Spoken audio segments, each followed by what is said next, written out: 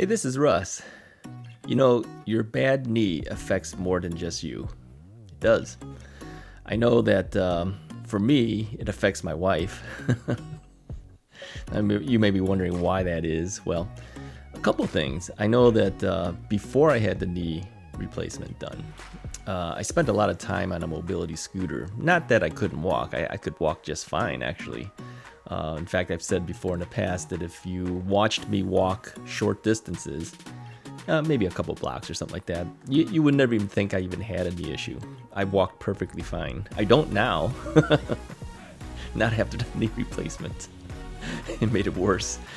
But earlier on, you would never even be able to know that I had a knee problem. In fact, I know that when I got out of a car, people used to stop me and say, there doesn't seem like there's anything wrong with you.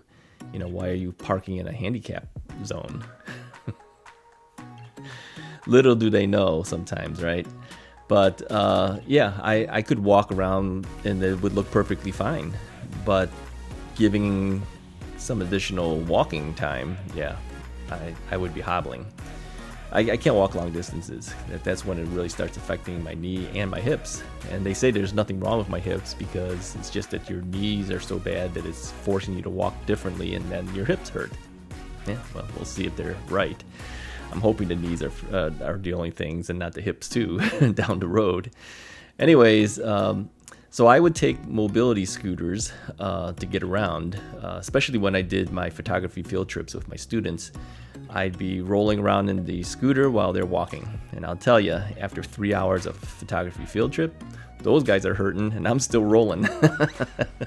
So in that sense, sometimes it's good to have that scooter. I even said that even after my knees get good, I probably will still be taking the scooter so I don't wear out the knee.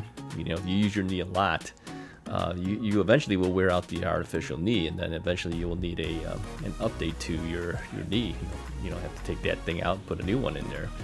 So anyways, I know that my wife never liked being next to me while I was on the scooter, and that's probably because she was embarrassed by me, okay, or embarrassed being next to me. And I always said, there's a lot of people with scooters. There's people, all over the place with scooters. But she says, yeah, but I don't need to be the guy next to them. So I know that the knee affects her. Now, after I had the knee replacement, it still affected her. Why? Because she had to wait on me hand and foot, so to speak. I couldn't do anything, really. The first couple of weeks, if I didn't have her with me, I wouldn't have been able to survive. How do you get up to go to the washroom? I couldn't do that. You needed help just in case something happened, and getting food all the time and stuff. And I was drowsy, sleepy, painful, everything, and, not to mention the depression. I've heard from a number of people who watch my videos mention that they've gone through depression. And yeah, that is a real thing.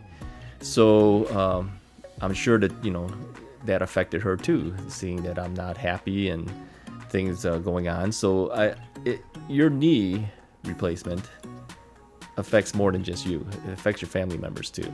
And even those who don't say anything, I'm sure it affects them also because they think about you. So it's just something I wanted to bring up that, yes, you're feeling sorry for yourself. I know I felt sorry for myself the entire time. But this whole thing affects everybody. It affects everybody around you. So keep that in mind while you're dealing with those around you. They're helping you out. They're doing things. Be helpful to them when you're able to. So I will tell you this, now that this whole virus scare has everybody locked down and my wife is working at home, I do most of the cooking at this point. I bring her lunch. She's upstairs locked up in the bedroom and doing her work, and I will cook lunch and I will bring it up to her. Yeah. So where she was doing stuff for me, I'm now doing stuff for her. So anyways, it comes and goes, right?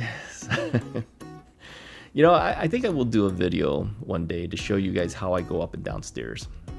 That might be an interesting thing to see. I don't know how I would record that, because I'd have to position the camera somehow so you can see me going up and down the stairs.